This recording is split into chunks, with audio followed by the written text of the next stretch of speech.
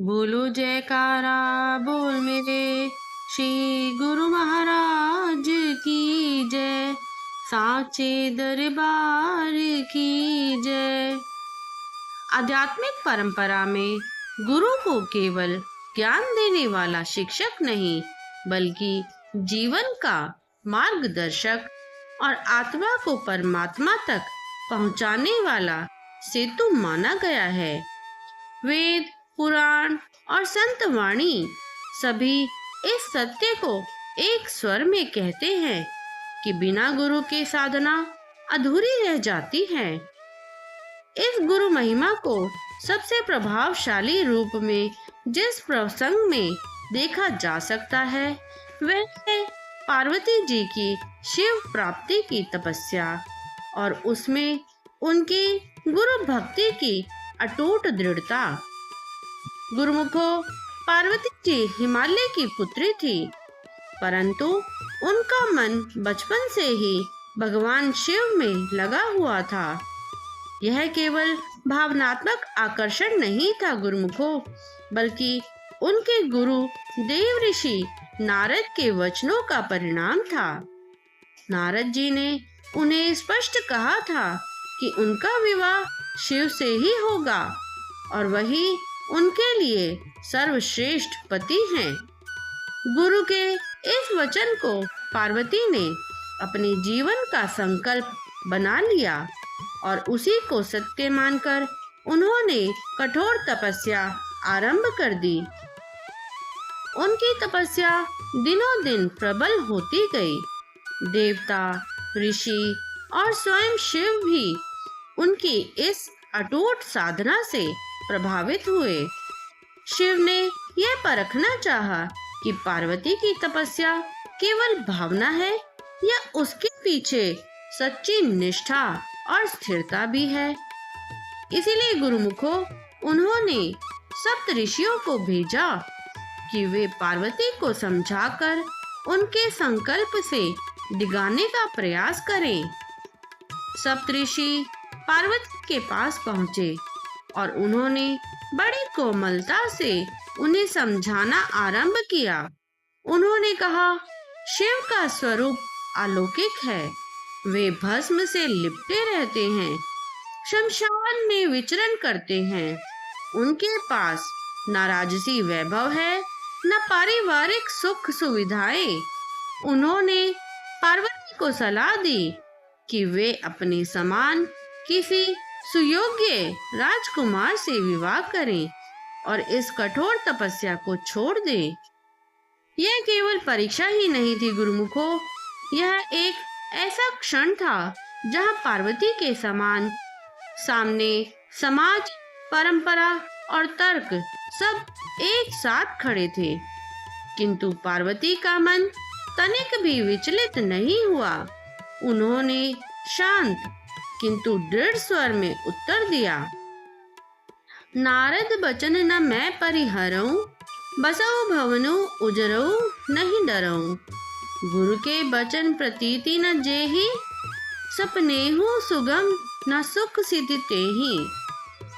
गुरुमुखो, इन शब्दों में केवल उत्तर नहीं, बल्कि गुरु भक्ति का चरम आदर्श निहित है। पार्वती जी कह रही हैं कि मैं अपने गुरु नारद जी के वचनों को किसी भी परिस्थिति में नहीं छोड़ूंगी।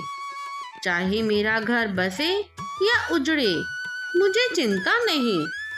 जो व्यक्ति गुरु के वचनों में विश्वास नहीं करता गुरुमुखो, उसे स्वप्न में भी सुख और सिद्धि प्राप्त नहीं होती। यह कथन उस समय और भी महान बन जाता है जब हम देखते हैं कि पार्वती को समझाने वाले कोई सामान्य लोग नहीं थे, बल्कि स्वयं सप्तऋषि थे, जिनकी वाणी शास्त्र के समान मानी जाती है। फिर भी पार्वती ने गुरु वचन को ही सर्वोपरि रखा। इससे यह सिद्ध होता है गुरुमुखो कि सच्ची गुरु भक्ति में व्यक्ति परिस्थितियां, तर्कों और प्रलोभनों से ऊपर उठ जाता है। इस प्रसंग का आध्यात्मिक अर्थ अत्यंत गहरा है। साधना के मार्ग में सबसे बड़ी बाधा बाहरी विरोध नहीं, बल्कि आंतरिक संदेह होता है। जब कोई साधक अपने मार्ग को लेकर अस्थिर होता है, तब वह हर नई सलाह पर डगमगाने लगता है।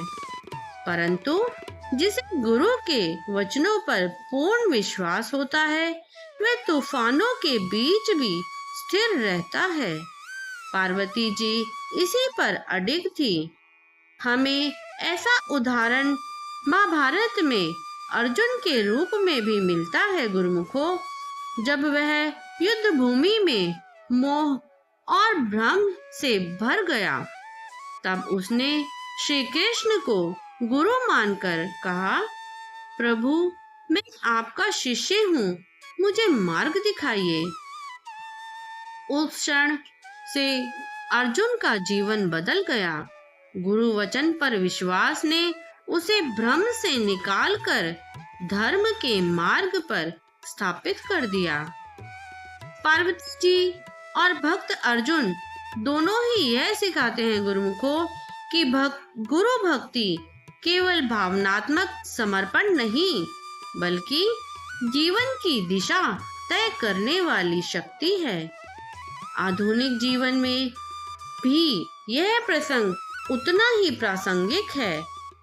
आज मनुष्य के पास ज्ञान के अनेक स्रोत हैं, परंतु मार्गदर्शन की स्थिरता कम होती जा रही है।